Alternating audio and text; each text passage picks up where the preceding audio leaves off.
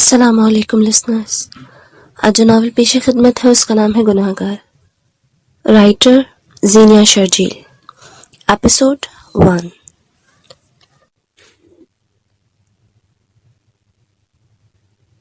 مجھے چھوڑ دو، تمہیں خدا کا واسطہ ہے. فرحین روتی ہوئی مسلسل گڑ گڑاتے ہوئے التجا کر رہی تھی، مگر وہ اپنی ساری انسانیت بھلائے ہوئے اس پر جھکا ہوا اپنی ہوس مٹانے میں مگن تھا. باہر سے آتی تیز میوزک کی آواز فرحین کی چیخوں اور آہو پکار کو دبا رہی تھی. مسلسل مذمت کرتی فرحین کبھی اس کا منہ تو کبھی بال نوچتی تو کبھی اس کی شرٹ اپنی مٹھیوں میں دبیچتی، مگر اس وقت اس شخص پر شیطان غالب تھا. وہ اپنی ہوس مٹا کر فرحین کی سسکتے وجود پر سے ہٹا تو فرحین نے پاس پڑے مٹی میں اٹے اپنے دوپٹے سے اپنا نیم برہنہ وجود ڈھانپا. میری عزت کو پامال کر کے تم کیا سمجھتے ہو؟ میں بدنامی کے ڈر سے چپ ہو کر بیٹھ جاؤں گی؟ ابھی باہر جا کر پوری یونیورسٹی کے سامنے تمہاری اصلیت سب کو بتاؤں گی. تھوڑی دیر بعد فرحین اپنے آنسو صاف کرتی تو بٹا اپنے گرد لپیٹتی باہر جانے لگی. رکو فرحین، یہ سب کچھ مجھ سے انجانے میں ہوا. پلیز میرے ساتھ ایسا مت کرو، میں شرمندہ ہوں. وہ فرحین کا راستہ روکتے ہوئے کہنے لگا. اب اس کے چہرے پر واقعی شرمندگی کے آثار نمایاں تھے. تمہارے شرمندہ ہونے سے میری عزت واپس نہیں آ سکتی. لٹیرے ہو تم، انسانی روپ میں بھیڑیے. سب کو تمہارا گھناؤنا روپ دکھاؤں گی تاکہ میری طرح تم بھی اپنا منہ دکھانے کے قابل نہ رہو. فرحین اس پر تھوکتے ہوئے حقارت بھری نظر ڈال کر دروازے کے پاس پہنچی. تبھی اس نے فرحین کو روکنے کے لیے دونوں بازوؤں سے پکڑا. فرحین پلیز ایک دفعہ میری بات سن لو. میں بہک گیا تھا، میں اپنی غلطی کا مداوع تم سے شادی کی صورت کرنے کے لیے تیار ہوں، مگر پلیز کسی کو کچھ مت بتانا. اس نے فرحین کو روکتے ہوئے کہا. اس وقت اس لوگوں کی الوداعی پارٹی تھی. باہر سارے اسٹوڈنٹس اور ٹیچرز موجود تھے. غلطی؟ تم اس سے غلطی کہتے ہو؟ گناہ کیا ہے تم نے، گناہ گار ہو تم. تم جیسے گھٹیا نفس کے غلام سے شادی کرنے سے بہتر ہے میں خودکشی کر لوں. وہ جھٹکے سے اپنا ہاتھ چھڑاتی ہوئی کلاس روم کے دروازہ کھولنے لگی. تبھی اس نے دوبارہ فرحین کا ہاتھ پکڑ کر اسے پیچھے دھکا دیا. فرحین فوری طور پر توازن برقرار نہ رکھ پائی اور پیچھے پڑی ہوئی شیشے کی میز پر جا گری. یوں پیچھے میز پر گرنے سے فرحین کے سر کے پچھلے حصے سے خون نکلنے لگا. اوہ گاڈ فرحین، یہ کیا ہو گیا؟ I'm sorry، میں ایسا نہیں چاہتا تھا. وہ فرحین کے پاس پہنچ کر اسے دیکھتا ہوا کہنے لگا. ایک غلطی کے بعد دوسری غلطی. وہ اپنا سر پکڑ کر بیٹھ گیا. اتنے میں اسے محسوس ہوا جیسے کلاس روم کی طرف کوئی آ رہا ہے. وہ بنا سوچے سمجھے کلاس کے دروازے سے باہر نکل گیا. اس واقعے کو گزرے 6 سال ہو چکے تھے، مگر آج بھی جب اسے یہ واقعہ یاد آتا تھا تو نئے سرے سے وہ اپنے آپ کو ندامت میں گھرا ہوا محسوس کرتا تھا. عام دنوں میں تو وہ اپنے ضمیر کی آواز کو دبا دیتا تھا، مگر خاص اس دن جس دن اس کے ہاتھوں فرحین کی عزت اور جان گئی تھی، اس کا ضمیر اس پر کوڑے برساتا اور چیخ چیخ کر اسے گناہگار کہتا تھا. گڈ مارننگ پاپا، منائل فرمان کے گلے میں لاٹ سے دونوں ہاتھ ڈال کر کہتے ہوئے ناشتے کی ٹیبل پر بیٹھ گئے. گڈ مارننگ میرا بیٹا، یونیورسٹی نہیں جانا آپ نے آج؟ فرمان نے منال کے کیجول حلیے کو دیکھتے ہوئے اس سے سوال کیا. موڈ نہیں ہو رہا بابا آج، ویسے بھی آج کوئی امپورٹنٹ کلاس نہیں ہے. منال ناشتہ کرتی ہوئی فرمان کو بتانے لگی. وہ بھی اپنی بیٹی کی موڈی طبیعت سے اچھی طرح واقف تھے، اس لیے بنا کچھ کہے ناشتہ کرنے لگی. اور انایا وہ کہاں پر ہے؟ وہ بھی کالج نہیں جائے گی آج؟ اب فرمان ناشتہ لاتی ہوئی بوا کو دیکھتے ہوئے پوچھنے لگے. بھول گئے کیا آپ آج کا دن؟ کمرے میں بیٹھی ہوئی اپنے ماں باپ کے مرنے کا سوگ منا رہی ہوگی. پہلے اس کی سیاہ بختی اپنے ماں باپ کو نکل گئی، اب ہر سال رو رو کا ڈرامے کرنا سمجھ نہیں آتا اس لڑکی کا. تو بوا کی بجائے عشرت نے نحوست سے کہتے ہوئے چائے کا کپ منہ سے لگایا. عشرت، کچھ تو خدا کا خوف کیا کرو. اس معصوم نے تمہارا ایسا کیا بگاڑ دیا ہے جو ہر وقت اس کو کوستی رہتی ہو؟ آئندہ میں تمہارے منہ سے یہ دقیانوسی باتیں نہ سنوں. فرمان نے عشرت کو وارن کرتے ہوئے کہا. اب ناشتے کی ٹیبل پر اس روتی شکل کو مت لے کر آ جانا، ورنہ پورے گھر میں آج نحوست پھیلی رہے گی. عشرت فرمان کو اٹھتا ہوا دیکھ کر بولی. وہ افسوس بھری نظر اپنی بیوی پر ڈال کر انایا کے روم میں چلا گیا. اوہ ماما، کہ آپ نے صبح ہی صبح چک چک لگا کر رکھی ہے، ناشتہ تو سکون سے کرنے دیا کریں۔ منال عشرت کے مستقل بولنے پر اریٹیٹ ہو کر اس سے بولی اور پھر اپنے ناشتے میں مگن ہو گئی۔ انایا، میرا بچہ کیا کر رہا ہے؟ کالج نہیں جانا آپ نے؟ فرمان کی آواز پر انایا نے سر اٹھا کر اسے دیکھا۔ ہاتھ میں پکڑی ہوئی یاسین شریف میز پر رکھ کر وہ صوفے سے اٹھ کر فرمان کے پاس آئی تھی۔ کچھ نہیں کر رہی تھی مامو جان، بابا مما کی یاد آ رہی تھی تو ان کو پڑھ کر بخش ہی رہی تھی۔ وہ دوپٹے کو نماز کے اسٹائل میں لپیٹے ہوئے فرمان کو اس کی بات کا جواب دینے لگی۔ اس وقت وہ فرمان کو بالکل بشرا لگی۔ انایا ہو بشرا سے ملتی تھی، بالکل اسی کی طرح خوبصورت۔ فرمان نے آگے بڑھ کر اپنی بھانجی کو گلے لگایا۔ یقیناً آج آپ اپنے کالج نہیں جائیں گی، چلیں پھر اپنے مامو جان کے ساتھ ناشتہ کریں۔ فرمان اسے باہر ناشتے کرنے کے لیے لے جانے لگا۔ اسے معلوم تھا کہ تھوڑی دیر بعد وہ آفس چلا جائے گا اور پھر انایا عشرت کے ڈر سے سارا دن اپنے کمرے میں موجود رہے گی۔ ایسا شروع سے ہی ہوتا آیا تھا۔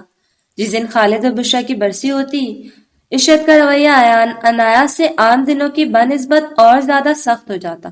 وہ ہر کسی چھوٹی سی بات کو لے کر انایا کو ڈانٹتی، اس پر چیختی، چلاتی، اور جب انایا کا دل بھر آتا اور وہ روتی تو عشرت اس کو رونے بھی نہیں دیتی۔ عشرت کو لگتا کہ انایا کے رونے سے اس کی نحوست کے اثرات پورے گھر پر پھیل جائیں گے۔ مامو جان، مجھے اپنے کمرے میں ہی رہنے دیں، ویسے بھی ابھی بھوک نہیں لگی، اگر بھوک محسوس ہوگی تو بوا سے کہہ دوں گی۔ بڑی ہونے کے بعد جب سے عشرت کا رویہ انایا نے محسوس کیا تھا، تب سے وہ آج کے دن کوشش کرتی تھی کہ عشرت کے سامنے نہ آئے۔ ٹھیک ہے، میں بوا سے کہہ دیتا ہوں، وہ آپ کا ناشتہ یہیں بھیج دے گی۔ بیٹا آپ یوں اس طرح حساس مت ہوا کرو، لوگوں کی باتوں اور رویوں کو اپنے دل سے لگانا چھوڑ دو اور ناشتہ لازمی کر لینا، ورنہ آپ کے مامو جان کو برا لگے گا۔ فرمان انایا کو سمجھا کر اس کا گال تھپ تھپاتا ہوا اس کے کمرے سے نکل گیا۔ فرمان اور بشرا دو بہن بھائی تھے، دونوں ہی میں بچپن سے بہت پیار تھا۔ ان کے والدین نے اپنے بچوں کی شادی اپنی آنکھوں کے سامنے کرتی تھی۔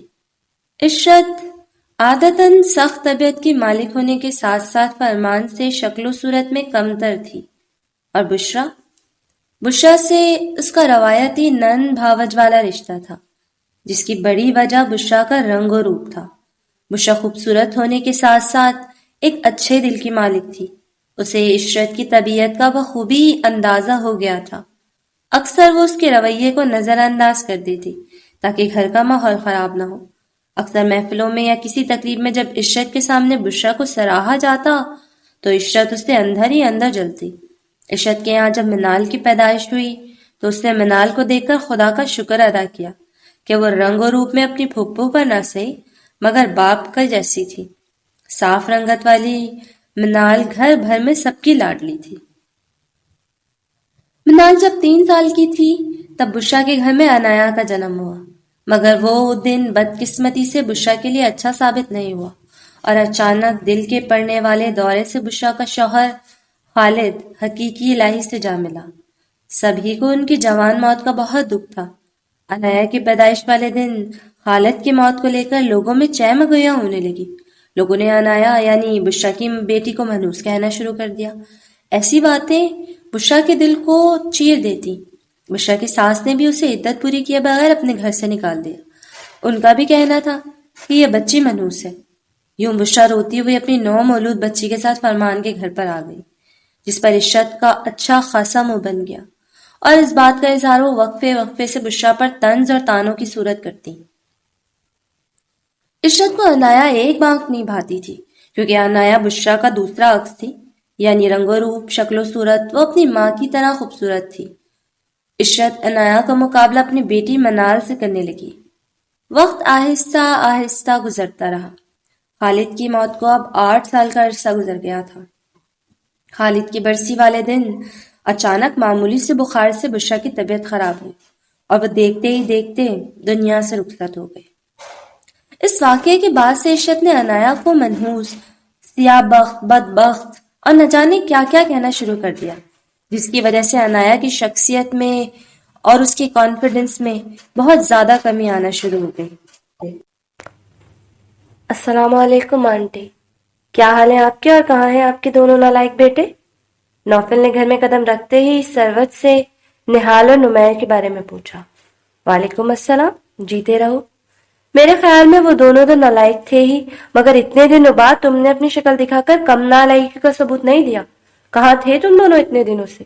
سروت نے مسکراتے ہوئے نوفل سے پوچھا۔ اس کی بات سن کر نوفل بھی مسکرا دیا۔ بس آنٹی، جاب ہی ایسی ہے جس کی وجہ سے بزی تھا، آج ہی فرصت ملی ہے، سوچا نہال اور نمیر سے بھی ملاقات ہو جائے۔ نوفل صوفے پر بیٹھتے ہوئے سروت کو بتانے لگا۔ جاب تو تمہاری واقعی بہت ٹف ہے، کیا ضرورت تھی اتنے رسک لینے کی؟ نہال اور نمیر کی طرح سیدھا سیدھا بزنس سنبھال لیتے۔ خیر، میں جانتی ہوں پولیس میں جانے کا تمہارا شوق تھا، اللہ آگے تمہارے مقصد میں تمہیں کامیابی دے اور اپنے حفظ و امان میں رکھے۔ بلا کر لاتی ہوں دونوں کو۔ یہ بتاؤ فریدہ کیسی ہے اور کب تک اس کا پاکستان آنا ہو رہا ہے؟ سروت صوفے سے اٹھتے ہوئے نمیر اور نہال کو بلانے کے لیے جانے لگی، ساتھ ہی اپنے دوست کے بارے میں بھی پوچھا جو نوفل کی والدہ تھی۔ امی بھی ٹھیک ہیں الحمدللہ، کل ہی ان سے بات ہوئی ہے، فوراً تو آنے کا پروگرام نہیں ہے، شاید خرم کے ساتھ اب کی بات چکر لگائیں۔ سروت نوفل کی بات پر سر ہلا کر نمیر اور نہال کو بلانے چلی گئی۔ سروت اور عشرت دونوں سگی بہنیں تھیں، عادتاً ایک دوسرے سے مختلف۔ سروت جتنی رکھ رکھاؤ والی، خوش اخلاق اور ملنسار تھی، اس کی چھوٹی بہن عشرت اتنی ہی بد مزاج اور تنگ نظر تھی۔ اچھا شوہر ملنے اور کھاتے پیتے گھرانے میں بہانے کے باوجود بھی اس کی طبیعت پر خاص فرق نہیں پڑتا۔ اس کے برعکس سروت کی شادی ایک نامل گھرانے میں ہوئی تھی۔ سروت کے شوہر حسن کی بینگ بھی اچھی تھی، مگر بوڑھے ماں باپ کے ساتھ دو چھوٹی بہنوں کی ذمہ داریاں بھی اس کے اوپر تھیں۔ سروت نے حسن کی ذمہ داریوں کو سمجھتے ہوئے ہر قدم پر اس کا ساتھ دیا۔ نہال کی پیدائش پر حسن اپنی دونوں بہنوں کی شادیوں سے فارغ ہوا تو ایک سال بعد ہی حسن اور سروت کے گھر نمیر کی پیدائش ہوئی۔ نہال اور نمیر کی پیدائش میں 1 سال کا فرق تھا۔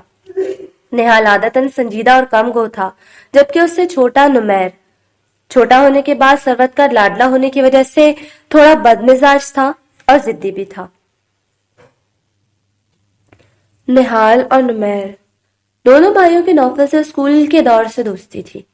کالج اور یونیورسٹی میں بھی ان تینوں نے ایک ساتھ پڑھا تھا۔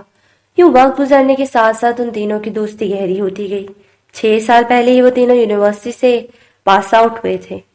حسن کی ریٹائرمنٹ کے بعد نہال اور نمیر نے سافٹ ویئر کا بزنس اسٹارٹ کیا، جبکہ نوفل نے پولیس لائن جوائن کی۔ 1 سال پہلے ہی حسن کا انتقال ہوا تھا، جس کی وجہ سے سروت خود کو تنہا محسوس کرتی۔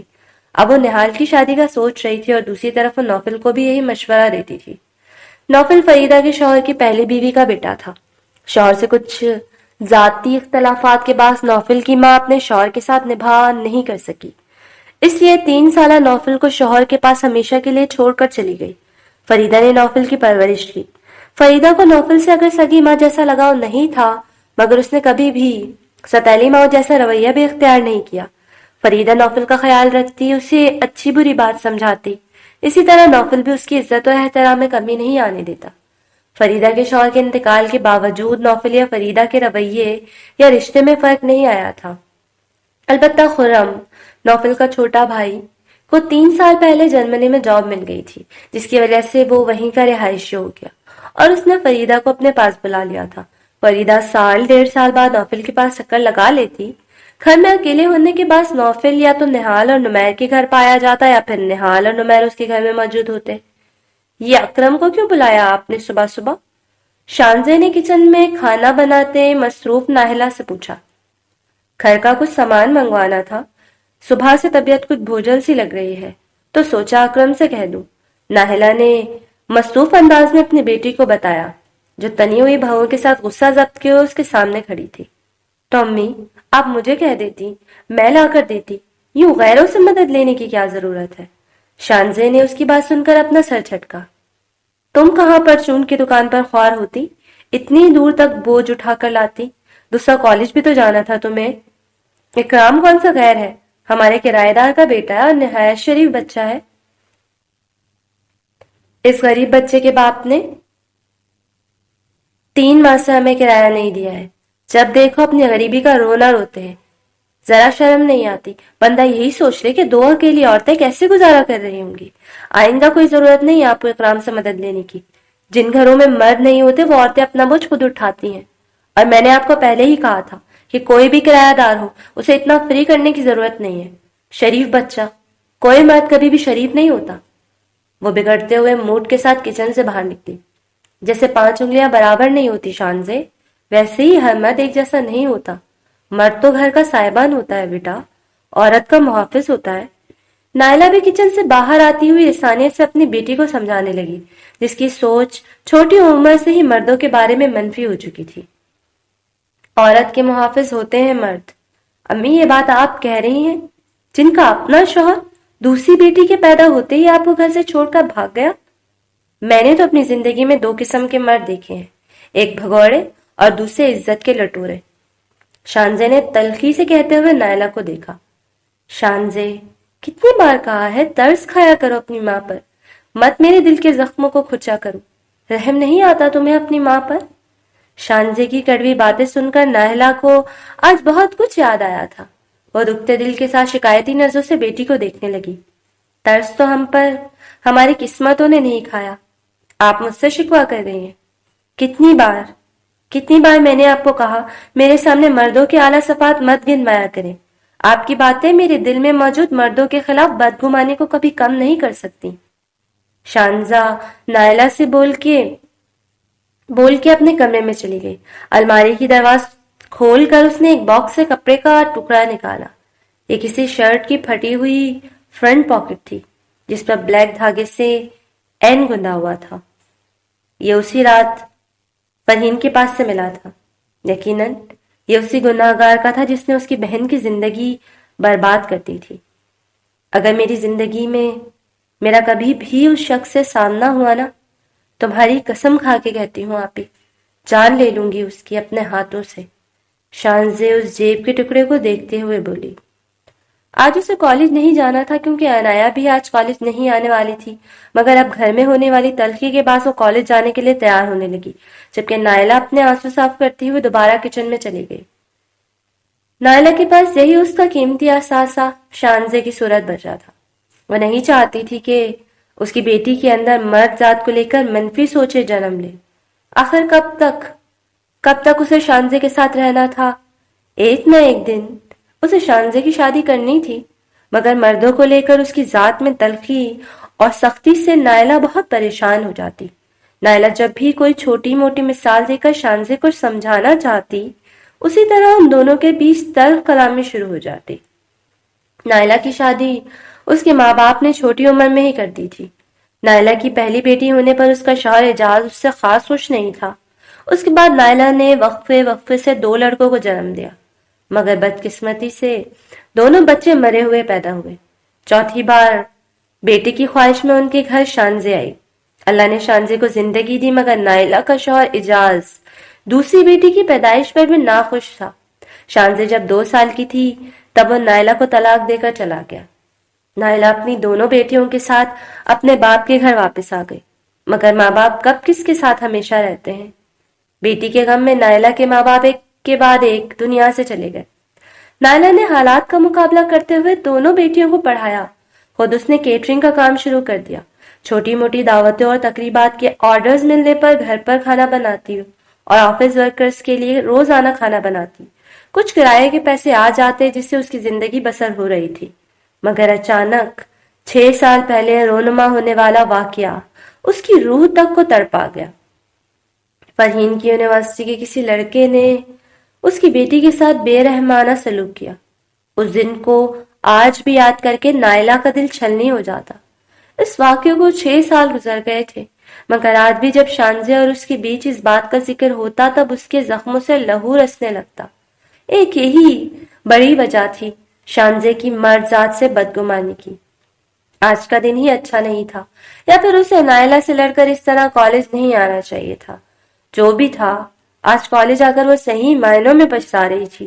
آدھے گھنٹے پہلے کالج میں 2 تنظیموں کے بیچ میں جھگڑا ہو گیا۔ جھگڑا ہونے کی صورت کالج میں پولیس کو بلانا پڑا۔ تصادم کے باعث گولیاں چلنے کی آواز آئی، جس کی صورت بہت سی لڑکیوں کو کالج کے 2nd فلور پر ایک بڑے ہال نما کمرے میں بند کر دیا گیا۔ مگر شانزے اس بات کو لے کر پریشان نہیں تھی۔ اس کی پریشانی کی وجہ 10 منٹ پہلے اکرم کی اس کے موبائل پر آئی ہوئی کال تھی، جس میں اس نے نائلہ کی طبیعت خراب ہونے اور بے ہوش ہونے کی اطلاع دی تھی۔ شانزے یہ خبر سن کے سچ مچ پریشان ہو گئی تھی۔ کتنی بار اس نے ہال کا دروازہ پیٹا مگر بے سود۔ نائلہ کے سوا اس کو دنیا میں تھا ہی کون؟ وہ اس وقت کسی بھی طرح اپنی ماں کے پاس پہنچنا چاہتی تھی۔ پیچھے کے سائڈ کھلی کھڑکی کو دیکھ کر اس کے دماغ میں ایک ہی بات آئی، اے لڑکی، کیا پاگل ہو گئی ہو؟ واپس جاؤ کمرے میں۔ کانسٹیبل صدیق کی آواز پر نوفل نے اوپر دیکھا، جہاں صدیق ایک لڑکی سے مخاطب تھا، جو کھڑکی سے باہر نکل چکی تھی اور اس وقت چھجے پر چڑھی ہوئی نیچے کودنے کا سوچ رہی تھی۔ نوفل آگے بڑھ کر اسے تھام نہ لیتا تو شانزے زمین بوس ہو چکی ہوتی۔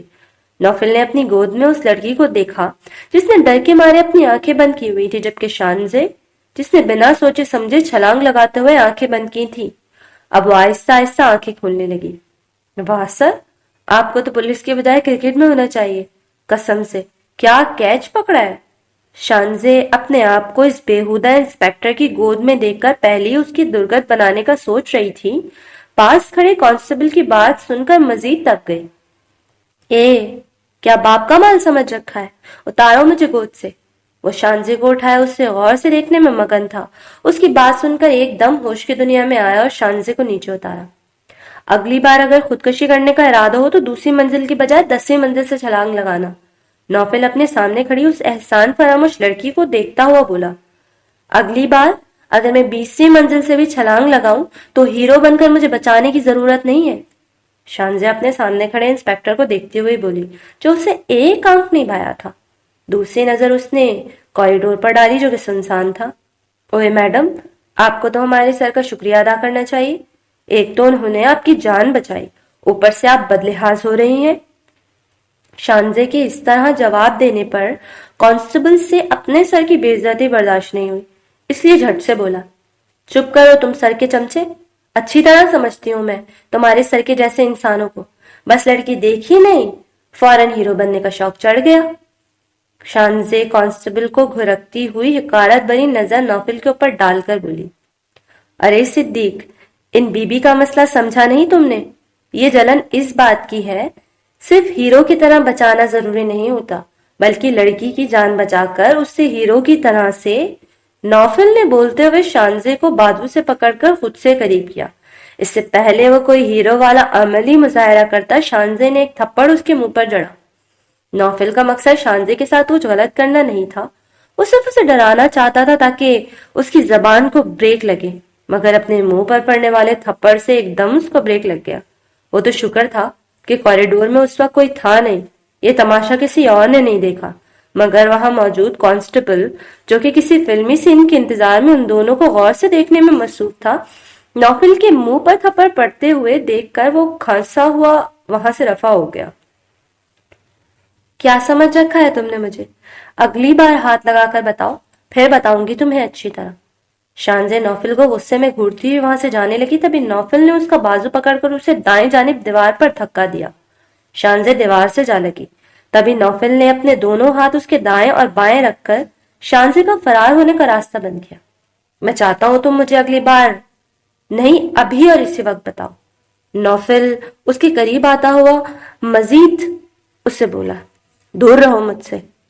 شانزے کی آنکھوں میں پانی جمع ہونے لگا، لیکن وہ بے خوفی سے نوفل کی آنکھوں میں آنکھیں ڈالے بولی۔ نوفل بہت غور سے اس کا بے خوف روپ دیکھ رہا تھا۔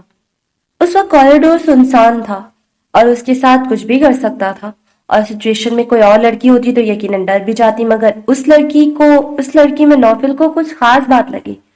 اس کی آنکھوں میں نمی بے بسی کے باعث تھی، مگر وہ نوفل سے خوف کھائے بغیر اس کی آنکھوں میں دیکھ رہی تھی۔ انٹرسٹنگ، نوفل کہتا وہ پیچھے ہٹا۔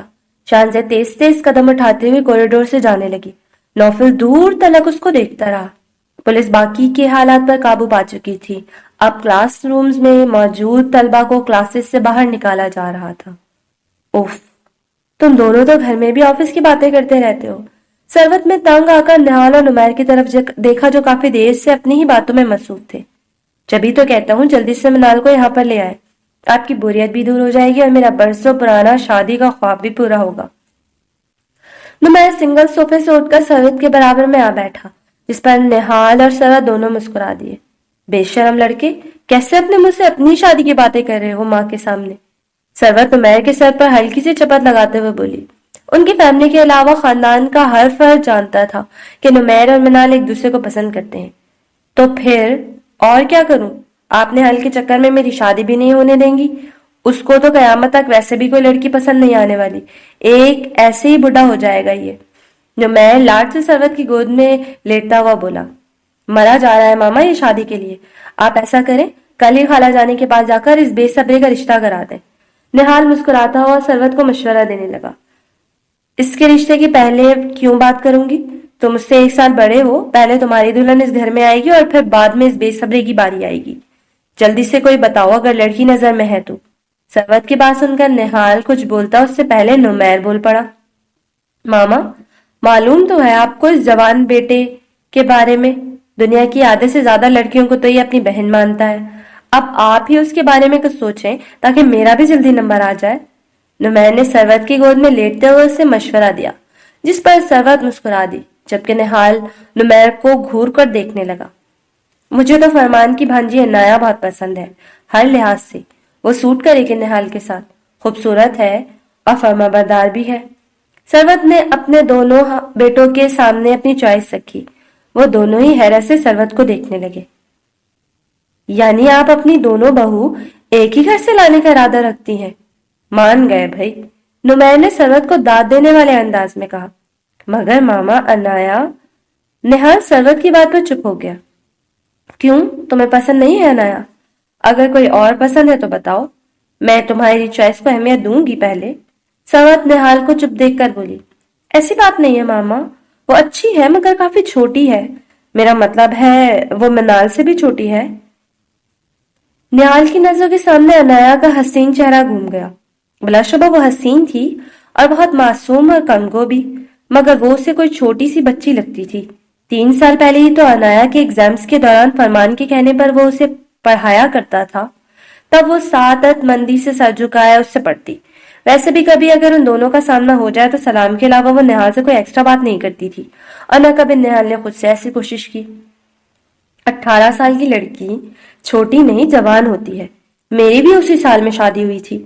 نہال وہ بچی مجھے بہت اچھی لگتی ہے، بے ضرر سی، معصوم سی۔ ابھی سے نہیں، پہلے سے ہی میں نے ایسا سوچا تھا، مگر اس بات کا ذکر کسی سے نہیں کیا۔ اگر ایج ڈفرنس کو لے کر تم سوچ رہے ہو تو یہ کوئی زیادہ بڑا ایشو نہیں ہے جس کا بہانہ بنا کر منع کر دیا جائے۔ سرود نے نہال کو سمجھاتے ہوئے کہا تو خاموش ہو گیا۔ ایک بار عنایا کا عکس اس کی آنکھوں کے سامنے لے آیا۔ اب کی بار وہ الگ انداز میں سوچنے لگا۔ اس کے دل کو یہ خیال اتنا برا بھی نہیں لگا۔ اب چپ کیوں ہو، جواب دو۔ سرود نہال کو خاموش دیکھ کر پوچھنے لگی تو نہال نے صوفے سے کشن اٹھا کر نمیر کو دے مارا، جو اسے معائنہ خیزی سے دیکھ کر مسکرائے جا رہا تھا۔ یہ پٹے گا کسی دن میرے ہاتھوں سے۔ نہال مسکراتا ہوا اٹھ کر اپنے روم میں چلا گیا، جبکہ اسے اپنے پیچھے سے نمیر کا کہکا سنائی دیا۔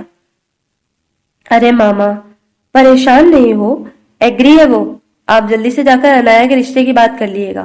نمیر سرود کی گود سے اٹھ کر ہنستا ہوا اس سے بولنے لگا۔ کیا تم نے اس پولیس والے کے منہ پر تھپڑ مار دیا؟ عنایا آج کالج آئی تو شانزے نے اسے کل والا قصہ سنایا، جس پر عنایا تقریباً چیختی ہوئی بولی۔ وہ دونوں اس وقت کالج کے لان میں کھاس پر بیٹھی تھی، تو اور کیا کرتی؟ بےہودہ انسان بلا وجہ میں فری ہونے کی کوشش کر رہا تھا۔ شانزے سر جھٹکتے ہوئے بولی۔ تمہیں معلوم ہے شانزے، پولیس والے کتنے خطرناک ہوتے ہیں؟ یقیناً وہ کوئی شریف آدمی ہوگا جس نے تمہاری اس حرکت کے بعد بھی تمہیں چھوڑ دیا۔ اگر تمہارے تھپڑ مارنے کے بدلے میں وہ کچھ الٹا سیدھا کر دیتا تو؟ او مائی گاڈ، قسم سے تم بھی نہ کبھی کبھی بیتوکی حرکتیں کرنے لگ جاتی ہو۔ عنایا فطرتاً ویسے ہی ڈرپوک تھی، اسے اپنی دوست کی دلیری سے خوف آنے لگا۔ ایویں ہی کچھ الٹا سیدھا کر دیتا، منہ نہ توڑ دیتی میں اس کا۔ ایک تو وہ مرد اوپر سے پولیس والا، فل ہیرو بننے کی ٹرائی کر رہا تھا۔ اب کسی بھی لڑکی سے ٹھڑک پن کرنے سے پہلے تھپڑ ضرور یاد کرے گا۔ خیر، لعنت بھیجو اس قصے پر۔ یہ بتاؤ، کل تمہاری مامی اور اس نکچڑی کزن کا موڈ ٹھیک رہا؟ شانزہ اور عنایا کی دوستی کو 2 سال کا عرصہ ہوا تھا، مگر ان دونوں میں دوستی کی کافی گہری ہو گئی تھی. وہ دونوں ہی ایک دوسرے کے گھر کے حالات سے اچھی طرح باخبر تھی. میں کوشش کرتی ہوں ماما بابا کی برسی والے دن کمرے سے باہر ہی نہ نکلوں. کل بھی میں نے ایسا ہی کیا. انایا شانزے کو بتاتی ہوئی گھاس پر بیٹھتے ہوئے نوٹ سمیٹنے لگی کیونکہ اب کلاس کا ٹائم ہونے والا تھا. یوں منہ چھپا کر بیٹھ جانا کوئی مسئلے کا حل نہیں ہوتا انایا. کتنی بار میں نے تم سے کہا ہے تھوڑا سا اسٹرانگ بنو اور اپنے اندر کانفیڈنس پیدا کرو. مانا کہ وہ تمہارے پیرنٹس کا گھر نہیں ہے، ماموں کا گھر ہے، مگر اس کا یہ مطلب ہرگز نہیں ہے کہ تمہاری مامی اور وہ نکچڑی بات بات پر تمہیں باتیں سنائیں.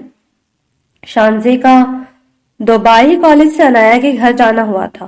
تبھی اس نے عشرت اور منال کا انایا کے ساتھ تحقیر بھرا رویہ دیکھا. وہ تب سے ہی انایا کو اس طرح نصیحت کرتی رہتی. اصل بات یہی ہے کہ وہ میرے پیرنٹس کا نہیں، ان لوگوں کا ہے. خیر چلو، کلاس کا ٹائم ہو گیا ہے. انایا نے شانزے سے کہا تو شانزے بھی کلاس لینے کے ارادے سے کھڑی ہو گئی. انایا کالج سے چھٹی کے وقت جب انایا کالج سے باہر نکلی تو پیچھے سے اسے کسی نے پکارا، نہال بھائی آپ یہاں؟ کیسے ہیں آپ؟ انایا نے پلٹ کر دیکھا تو نہال کو کھڑا پایا. اس نے چونکنے کے ساتھ خیریت بھی پوچھی. میں ٹھیک ہوں، گاڑی وہاں کھڑی ہے، آؤ میں ڈراپ کر دیتا ہوں. نہال نے انایا کو دیکھتے ہوئے کہا. وہ ڈرائیور آتا ہی ہوگا. انایا نے جھجکتے ہوئے کہا. ڈرائیور کو تو میں واپس بھیج چکا ہوں. نہال اسے دیکھتے ہوئے بتانے لگا. مگر کیوں؟ انایا نے حیرت سے پوری آنکھیں کھول کر دیکھا. میں نے سوچا تمہیں میں ڈراپ کر دوں، اس لیے اسے بھیج دیا. لیکن اگر تم میرے ساتھ نہیں جانا چاہتی تو کوئی بات نہیں، میں اسے واپس بلا لیتا ہوں، اور راستے میں ہی ہوگا. نہال نے بولنے کے ساتھ ہی اپنا موبائل پاکٹ سے نکال کر ڈرائیور کو کال کرنے لگا. ارے نہیں رہنے دیں، انایا ایک دم بولی. نہال فون کاٹ کر اسے دیکھنے لگا. میرا مطلب تھا اٹس اوکے، آپ ہی چھوڑ دیں مجھے گھر. نہال کے دیکھنے پر انایا جلدی سے بولی. اسے ڈر تھا کہیں وہ برا ہی نہ مان جائے. اس کے ساتھ جانے میں ایسی کوئی قباحت بھی نہیں تھی، آخر وہ مامی کے بھانجے تھے اور اس کے ٹیوٹر بھی.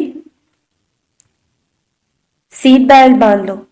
نہال اپنی سیٹ پر بیٹھا تو انایا سے کہتا ہوا گاڑی سٹارٹ کرنے لگا. یہ نہیں بند ہو رہی. کوشش کے باوجود جب انایا سے بیلٹ نہیں لگی تو انایا نے شرمندہ ہوتے ہوئے کہا. دکھاؤ. نہال بولنے کے ساتھ سیٹ بیلٹ لگانے لگا. انایا سانس روکے ہوئے بالکل اسٹریٹ ہو گئے. نہال نے پوری احتیاط کے ساتھ کہ انایا کو اس کی انگلیاں تک نہ ٹچ ہو اس کی بیلٹ باندھی. تمہاری عادت ابھی تک نہیں بدلی، مجھے آج بھی اچھی طرح یاد ہے. 3 سال پہلے جب تمہیں نومیریکل سمجھ نہیں آتے تھے تو تم اسے سمجھنے کی کوشش چھوڑ دیتی تھی. نہال نے کار ڈرائیو کرتے ہوئے انایا کو دیکھ کر کہا، جس پر انایا مسکراتی. آپ کو کتنا غصہ آتا ہوگا نا اس وقت. انایا کو وہ وقت یاد آنے لگا جب انایا کے 10ویں بار کہنے پر کہ مجھے سمجھ میں نہیں آیا نہال بغیر غصہ کے اسے 11ویں بار سمجھا رہا ہوتا تھا. نہیں، مجھے غصہ بہت کم کسی بات پر آتا ہے. نہال ڈرائیو کرتا ہوا انایا کو دیکھ کر بولا. پھر دونوں ہی اپنی اپنی جگہ چپ ہو گئے. چاکلیٹ؟ نہال نے ڈیش بورڈ سے چاکلیٹ نکال کر انایا کی طرف بڑھائی. تھینکس. آپ کو کیسے پتا مجھے چاکلیٹ پسند ہے؟ انایا نے نہال سے چاکلیٹ لیتے ہوئے پوچھا. ہر لڑکی کو ہی پسند ہوتی ہے، مجھے لگا تمہیں بھی اچھی لگتی ہوگی. نہال نے اسے بغیر دیکھے جواب دیا. نہال کے جواب میں انایا نے کچھ بھی نہیں کہا. کان میں ایک بار پھر خاموشی چھا گئی. تم چاہو تو یہ چاکلیٹ ابھی کھا سکتے ہو، میں تم سے نہیں مانگوں گا. نہال کی آواز نے ایک بار پھر خاموشی کو توڑا. نہال کی بات پر انایا نے اس کی طرف دیکھا، مگر وہ بغیر مزاقیہ سنجیدگی سے ڈرائیو کر رہا تھا. اس وقت میرا دل نہیں چاہ رہا، لیکن اگر آپ یہ کھانا چاہیں تو کھا سکتے ہیں. انایا نے اسے آفر کی. کھا سکتا ہوں، مگر مجھے چاکلیٹس پسند نہیں. نہال نے ڈرائیونگ کرتے ہوئے اسے دیکھ کر کہا اور ایک بار دوبارہ کار میں خاموشی چھا گئی. تمہاری اسٹڈیز کیسی چل رہی ہیں؟ کوئی پرابلم تو نہیں تمہیں؟ اس بار بھی سوال نہال نے ہی پوچھا. نہیں، کوئی پرابلم نہیں، اچھی چل رہی ہیں اسٹڈیز. انایا ہاتھ میں موجود چاکلیٹ کو الٹ پلٹ کرنے لگی. اگر کبھی کوئی پرابلم ہو تو تم مجھے جھجکے بغیر مجھ سے ہیلپ لے سکتی ہو. نہال اسے دیکھتا ہوا کہنے لگا. شیئر. انایا مسکرا کر اسے دیکھتے ہوئے بولی اور پھر کھڑکی سے باہر دیکھنے لگی. شاید آج زندگی میں پہلی دفعہ نہال اسے اتنی باتیں کر رہا تھا. اس سے پہلے تو وہ سلام کا جواب دینے کے علاوہ اور کوئی دوسری بات نہیں کرتا تھا. یہاں تک کہ پڑھنے کے دوران بھی اس نے کبھی کوئی فالتو بات نہیں کی تھی. اور آج وہ اتنا فرینک ہو رہا تھا. انایا کی سمجھ سے باہر تھا. میں کیا الٹا سیدھا سوچنے لگی بیچارے نہال بھائی کے بارے میں. ایک تو وہ مجھے گھر ڈراپ کر رہے ہیں، اوپر سے وہ میرے ٹیچر بھی ہیں. اور آپ کا آج یہاں میرے کالج کے پاس سے کیسے گزر ہوا؟ اب کی بار جب خاموشی طویل ہو گئی تو انایا نے سوال کیا. میں آج یہاں پر خاص تمہیں ڈراپ کرنے کے لیے آیا ہوں. نہال نے دوبارہ اس کو دیکھ کر سنجیدگی سے جواب دیا. انایا کو معلوم تھا کہ وہ مذاق کر رہا ہے، مگر وہ اتنا سنجیدہ ہو کر کیسے مذاق کر سکتا تھا؟ یہ انایا کو سمجھ نہیں آیا. انایا دوبارہ خاموش ہو گئی، مگر اب گھر آ گیا اور انایا سے سیٹ بیلٹ بھی کھل گئی. Thank you.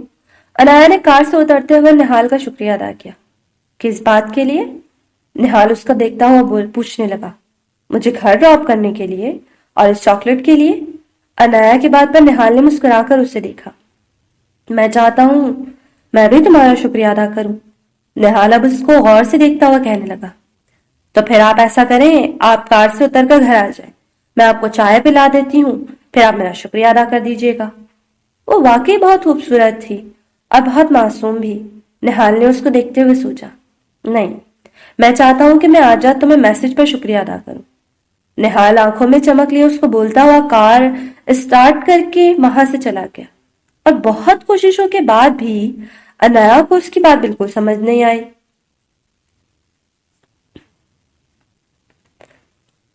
ایکسکیوز می میم، آپ بنا پرمیشن کے اس طرح اندر نہیں جا سکتی. منال جو کہ یونیورسٹی سے سیدھا نمیر سے ملنے آفس گئی تھی اس کے روم میں جانے لگی تو اس سے پہلے سیکریٹری بول اٹھی. منال نے مڑ کر اسے غور سے دیکھا اور اس کی طرف چلتی ہوئی آئی. شاید تم نئی اپوائنٹ ہوئی ہو اس لیے نہیں جانتی کہ میں کون ہوں. ابھی نمیر سے کہہ کر 2 منٹ میں اس جاب سے فارغ کرا دوں گی اگر آئندہ میرا راستہ روکا تو. منال اس کو وارن کرتی اور حقارت بھری نظر سیکریٹری پر ڈال کر روم کے اندر چلی گئی جہاں نمیر کسی سے فون پر محو گفتگو تھا. نمیر نے منال کو دیکھ کر بھی فون پر اپنی گفتگو جاری رکھی. منال نمیر کو ہی دیکھ رہی تھی جیسے ہی وہ اس کے فون رکھنے کا ویٹ کر رہی ہو. 10 منٹ بعد نمیر نے اپنی بات مکمل کر کے فون رکھا. کالز کیوں نہیں پک کر رہے تھے میری؟